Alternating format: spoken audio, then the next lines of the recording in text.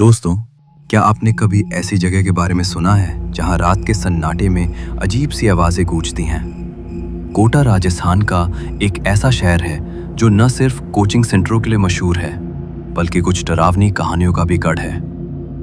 आज हम आपको एक ऐसी सच्ची घटना सुनाने जा रहे हैं जो आपके रोंगटे खड़े कर देगी। तो क्या आप तैयार हैं इस डरावने सफर में हमारे साथ चलने के लिए? तो चलिए शुरू करते हैं। कोटा के पुराने राजीव गांधी नगर में, जहां दिन में कोचिंग क्लासेस की चहल पहल रहती है और रात होते ही सन्नाटा पसर जाता है, यहीं एक तंग गली के अंत में खड़ी है वो हवेली, पुरानी, जर्जर और रहस्यमयी सवालों से घिरी हुई। इसके टूटे फूटे दरवाजे और धूल भरी खिड़कियां देखकर लगता है जैसे ये समय में कहीं ठहर सी गई हो। लेकिन स्थानीय लोग कहते हैं कि रात में ये हवेली जाग उठती है।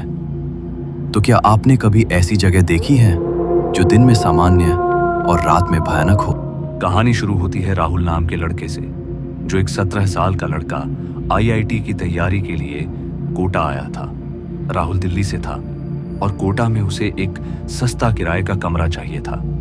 उसकी मुलाकात एक बूढ़े मकान मालिक से हुई, जिसने उसे हवेली के पास एक छोटे से कमरे का ऑफर दिया और कहा, यह जगह शांत है बेटा।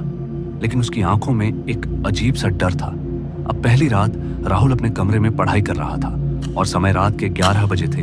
बाहर हल्की हवा चल रही थी, लेकिन अचानक उसे खिड़की के पास से एक धक धक की आवाज सुनाई दी। उसने सोचा शायद पेड़ की टहनी होगी, लेकिन जब वह खिड़की के पास गया तो बाहर कुछ भी नहीं था। मगर फिर वह आवाज दोबारा आई, पर इस बार तेज और करीब। राहुल ने सोचा क्या ये सिर्फ हवा थी या कुछ और। अगले दिन राहुल ने अपने दोस्त अजय से इस आवाज का जिक्र किया। अजय, जो कोटा में 2 साल से रह रहा था, उसने हंसते हुए कहा, तू उस हवेली के पास रहता है? भाई, वह जगह भूतिया है। उसने बताया कि हवेली में 50 साल पहले एक परिवार रहता था, जो एक रात रहस्यमयी तरीके से गायब हो गया। लोग कहते हैं कि उनकी आत्माएं आज भी वहां भटकती है। पर राहुल को ये बातें मजाक लगी। वह वैज्ञानिक सोच वाला लड़का था और भूत प्रेत में विश्वास नहीं करता था, लेकिन उसकी जिज्ञासा बढ़ रही थी। उसने फैसला किया कि वह हवेली के अंदर जाकर देखेगा, तो उसने अजय और अपनी सहपाठी नेहा को भी इसके लिए मना लिया और राहुल ने कहा, रात को चलते हैं फिर। अब रात के 1 बजे तीनों दोस्त हवेली के सामने खड़े थे और चांद की रोशनी में हवेली और भी डरावनी लग रही थी। टूटा हुआ लकड़ी का दरवाजा हवा में हिल रहा था और अंदर से ठंडी हवा का एक झोंका आ रहा था। तो नेहा ने डरते हुए कहा, राहुल, मुझे अच्छा नहीं लग रहा। लेकिन राहुल ने हंसकर उसे चुप कराया। पर अब हवेली के अंदर कदम रखते ही एक अजीब सी गंध ने उनका स्वागत किया, जैसे कुछ सड़ रहा हो। दीवारों पर पुरानी तस्वीरें टंगी थी, जिनमें धूल जमी थी। राहुल ने टॉर्च की रोशनी डाली और तस्वीरों में एक परिवार दिखा, एक औरत, एक आदमी और 2 बच्चे। लेकिन उनकी आंखें जैसे वे जीवित हों। अब अचानक अंदर से एक हल्की सी सिसकारी सुनाई दी, तो नेहा ने डर से राहुल का हाथ पकड़ लिया और उसने फुसफुसाते हुए कहा, यह क्या था? तो अजय ने हिम्मत दिखाते हुए कहा, शायद कोई जानवर होगा। लेकिन जैसे ही वे आगे बढ़े तो सीढ़ियों से कुछ गिरने की आवाज आई। तभी तीनों ने सीढ़ियों की ओर देखा तो टॉर्च की रोशनी में उन्हें एक पुराना खिलौना दिखा, जो कि एक टूटी हुई गुड़िया जो सीढ़ी के नीचे पड़ी थी। लेकिन गुड़िया की आंखें वे चमक रही थी।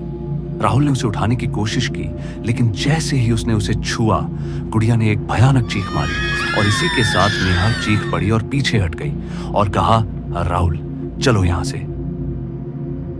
लेकिन राहुल का जुनून अब और बढ़ गया था। उसने कहा, हमें पता करना होगा ये क्या है। और इसी के साथ अजय ने भी हामी भरी, लेकिन उसकी आवाज में डर साफ झलक रहा था। अब सीढ़ियां चढ़ते हुए उन्हें एक पुराना कमरा दिखा। कमरे में एक बड़ा सा आईना था, जिसका शीशा टूटा हुआ था।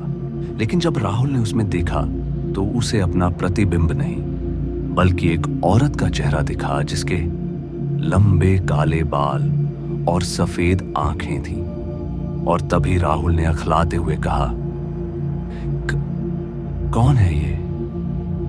लेकिन जब उसने पीछे मुड़कर देखा तो वहां कोई नहीं था।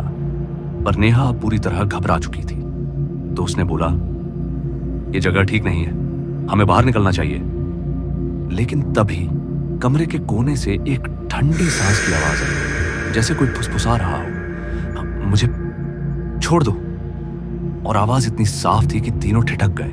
पर राहुल ने टॉर्च की रोशनी कमरे के कोने में डाली, लेकिन वहां कुछ नहीं था। तभी अजय ने कहा, शायद हमें यहां से चले जाना चाहिए। लेकिन राहुल ने मना कर दिया। उसने एक पुराना डायरी देखा जो मेज पर पड़ा था, और डायरी के पन्नों पर खून के धब्बे थे।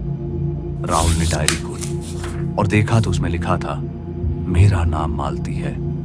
मेरे पति ने मुझे और मेरे बच्चों को इस हवेली में कैद कर दिया। उसने तंत्र मंत्र का सहारा लिया।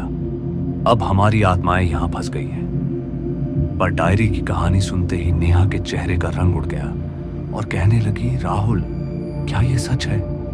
यहां आत्माएं हैं? और अचानक कमरे का दरवाजा अपने आप बंद हो गया। हवा तेज हो गई और आईने में फिर से वही औरत का चेहरा दिखा। पर इस बार उसने राहुल की ओर देखा और कहा, तुमने हमें जगाया, अब तुम यहां से नहीं जा सकते। लेकिन ये सुनते ही नेहा रोने लगी और अजय ने दरवाजा खोलने की कोशिश की, लेकिन वह नहीं खुला। कमरे में ठंड बढ़ने लगी। राहुल ने देखा कि दीवारों पर खून के निशान उभर रहे थे। और तभी, मुझे छोड़ दो, वह आवाज फिर गूंजी, मगर इस बार और तेज। अजय ने चिल्लाकर कहा, हमें यहां से निकलना होगा। लेकिन हवेली जैसे उन्हें अपने अंदर समेट रही थी, तो तीनों ने घबराते हुए सीढ़ियों की ओर दौड़ लगाई। लेकिन सीढ़ियां जैसे अंतहीन हो गई थी।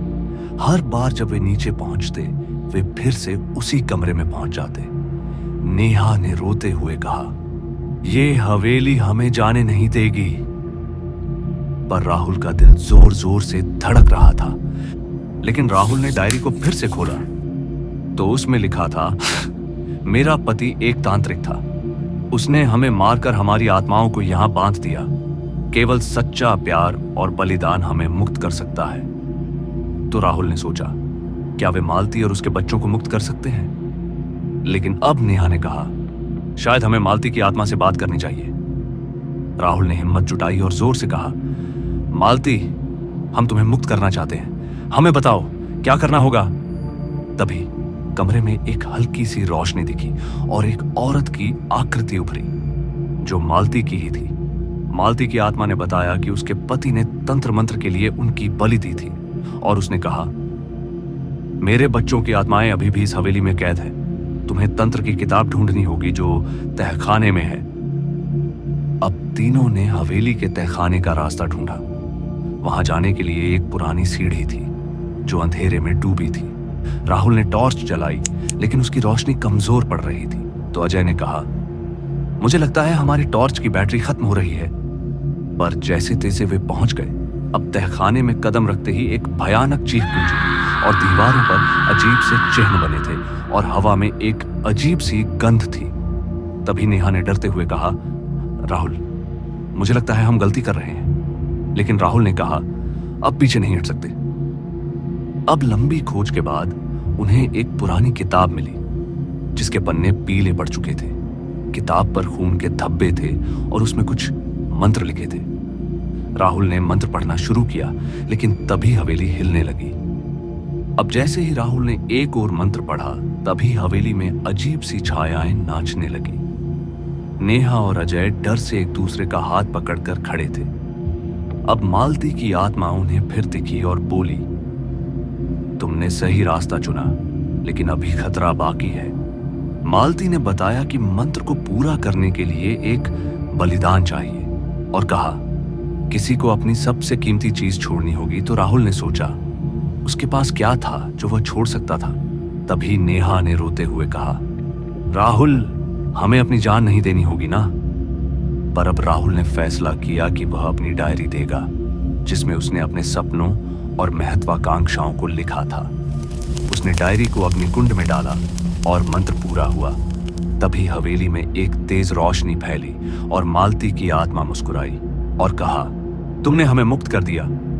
पर सवाल ये है, क्या यह सचमुच खत्म हो गया था? और अब हवेली अचानक शांत हो गई। दरवाजे खुल गए और तीनों बाहर निकल आए। लेकिन जब उन्होंने पीछे मुड़कर देखा तो हवेली धीरे धीरे धूल में बदल रही थी। अगले दिन राहुल, नेहा और अजय ने उस जगह को फिर से देखने का फैसला किया, लेकिन वहां अब कोई हवेली नहीं थी, सिर्फ एक खाली मैदान था। स्थानीय लोगों ने कहा कि हवेली सालों पहले ही गायब हो चुकी थी, पर यह सुनते ही उन्होंने सोचा, तो फिर वे उस रात कहां थे? पर आज भी राहुल उस रात को याद करता है और सोचता है कि क्या वह सब सच था? क्या आप मानते हैं कि आत्माएं सचमुच फंस सकती हैं, या यह सिर्फ दिमाग का वहम था? कोटा की इस भूतिया हवेली की कहानी आज भी अनसुलझी है। अगर आप कोटा जाए तो क्या आप उस खाली मैदान पर रात बिताने की हिम्मत करेंगे? कमेंट में बताइए। और अगर आपको ये कहानी अच्छी लगी तो लाइक और सब्सक्राइब करना न भूलें।